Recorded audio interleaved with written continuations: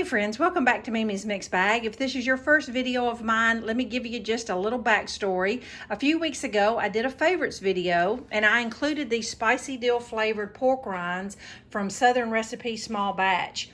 I had no idea the company would see that video, and they emailed me and asked if they could send me some more flavors. Well, we love the spicy dill so much, I wasn't about to say no.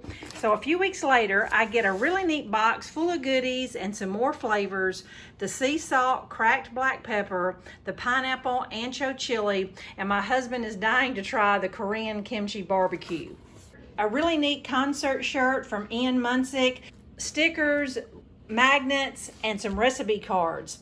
I highly encourage you to go to the Southern Recipe Small Batch website. I'll put the link below and just check out some of the neatest recipes using pork rinds.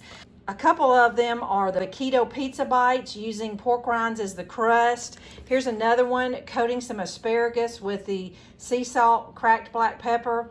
It's some recipes I have never seen using pork rinds. So please check out their website, and thank you so much, Southern Recipe, for blessing us with some more keto goodies.